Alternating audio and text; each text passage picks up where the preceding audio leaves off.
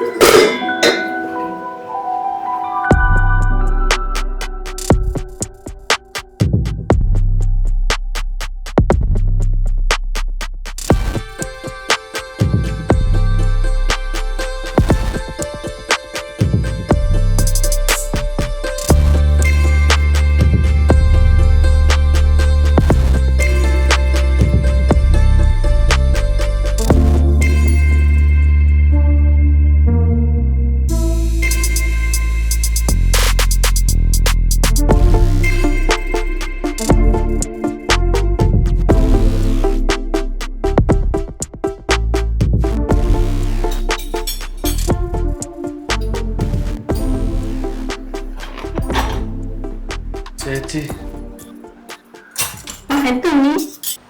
ചേച്ചി ഒരുങ്ങി സുന്ദരിയായിട്ട് എവിടെ പോന്ന്? പഞ്ചായത്ത് വരെ ഒന്ന് പോണോടാ. എന്തിനാ ചേച്ചി? അത് ചേട്ടൻ്റെ ഒരു പേപ്പർ വർക്ക് റെഡിയാക്കാനായിട്ട്. ചേട്ടൻ പോയതിനു ശേഷം ഞാൻ തന്നെ എല്ലാം ചെയ്യുന്നത്. ചേട്ടൻ പോയിട്ട് ഇപ്പൊ 1 മാസമായില്ലേ ചേച്ചി? 1 മാസമായി.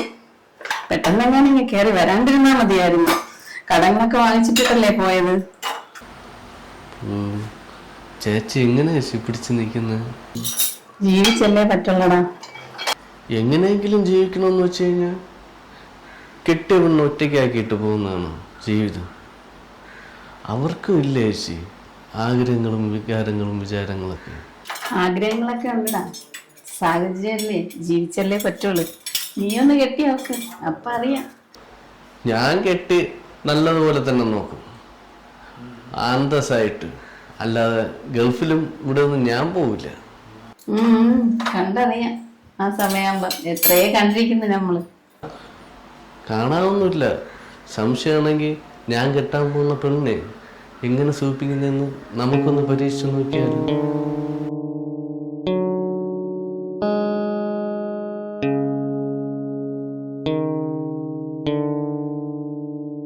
ചേച്ചിക്ക് സമ്മതം തന്നെ ചേച്ചി.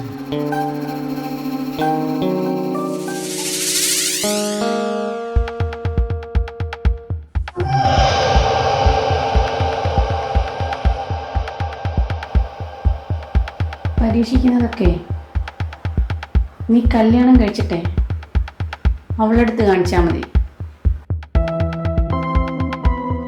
മനസ്സിലായ? ചെല്ല്. പരീക്ഷിക്കാൻ വന്നിരിക്കുന്നത്. ഓ ചേച്ചിയുടെ ഒരു ദേഷ്യം. ചേച്ചി ദേഷ്യപ്പെടുമ്പോഴേ എന്തൊരു സൗന്ദര്യമാണെന്നറിയാം. ചേച്ചി വെള്ളമില്ല ചേച്ചി കുടിക്കാൻ.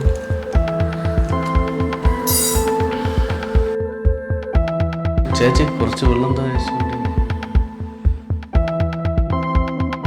പിന്നെ പിന്നെ അവൻ്റെ ശല്യം കൂടിക്കൂടി വന്നു. നിനക്കേ വെള്ളം വേണമെന്നല്ലേ പറഞ്ഞത്? വെള്ളം കൊണ്ട് പുറത്തു വരുന്ന കുടിക്കും, വെളിയിൽ പോയി കുടിക്കേ. ഓടാ. ചേച്ചി അടുത്ത് ഒരു തമാശയും പറയാൻ പറ്റൂലല്ലോ. എന്തിനാ ചേച്ചി ഇങ്ങനെ പണങ്ങുന്നത്?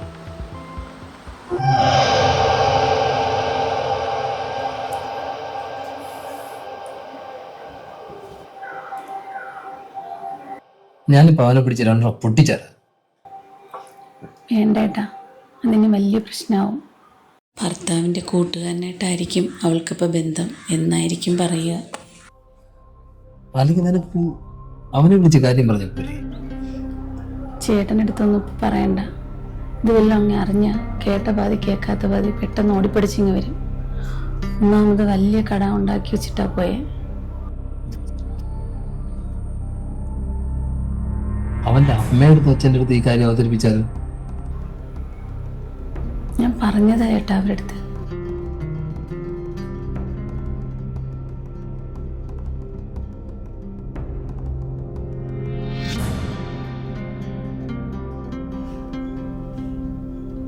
മോള് പറഞ്ഞതൊക്കെ മനസ്സിലായി. പക്ഷേ അവ അങ്ങനെ ചെയ്യുമെന്ന് എനിക്ക് തോന്നുന്നില്ല. മോൾക്ക് ചിലപ്പോൾ അത് അവൻ തമാശയ്ക്ക് എന്തെങ്കിലും പറഞ്ഞത് മോള് തെറ്റിദ്ധരിച്ചതായിരിക്കും. അല്ലാതെ അവ അങ്ങനെ ചെയ്യുമെന്ന് എനിക്ക് തോന്നുന്നില്ല. ഇല്ലച്ചാ, തമാശ എന്താണെന്നും സീരിയസ് എന്താണെന്നുള്ള മനസ്സിലാക്കാനുള്ള ബുദ്ധിയൊക്കെ എനിക്കുണ്ടല്ലോ. ഓ, ഇന്ന് 10 വർഷം കൊണ്ട് ഞാൻ കാണയില്ലേ. എൻ്റെ മൂത്തമോ നിന്റെ ഭർത്താവ് അവൻ അങ്ങനെ ചെയ്യും. പക്ഷേ എൻ്റെ ഇളയമോ അങ്ങനെ ചെയ്യുമെന്ന് പറഞ്ഞാൽ ഞാൻ വിശ്വസിക്കില്ല.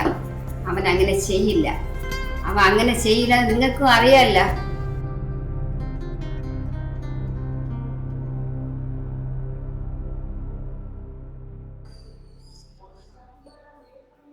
അങ്ങനെയാണെങ്കിൽ ഞാൻ നിനക്കൊരു വഴി പറഞ്ഞു. പിന്നെ അവൻ്റെ ശല്യം ഉണ്ടാവില്ല.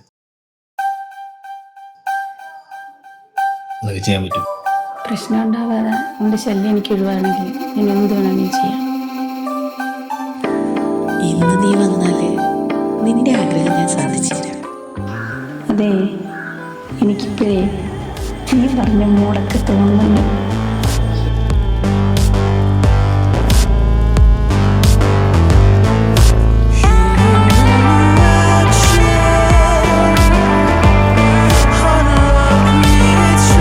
എനിക്ക് ഇപ്പൊ സുഖിച്ചാടാ.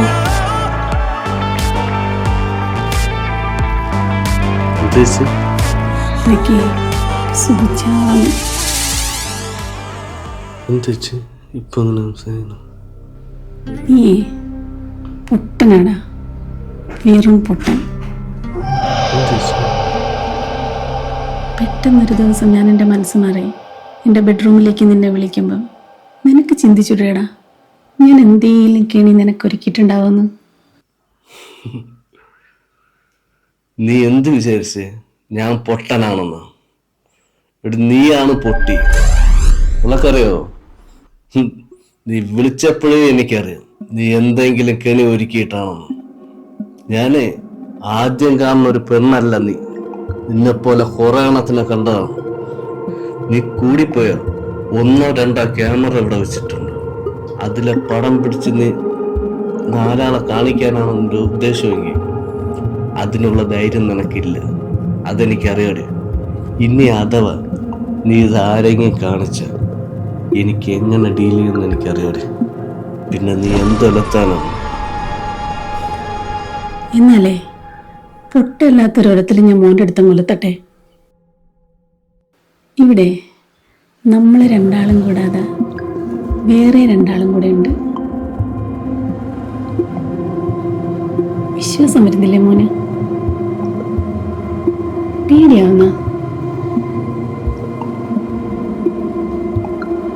അങ്ങോട്ട് നോക്കി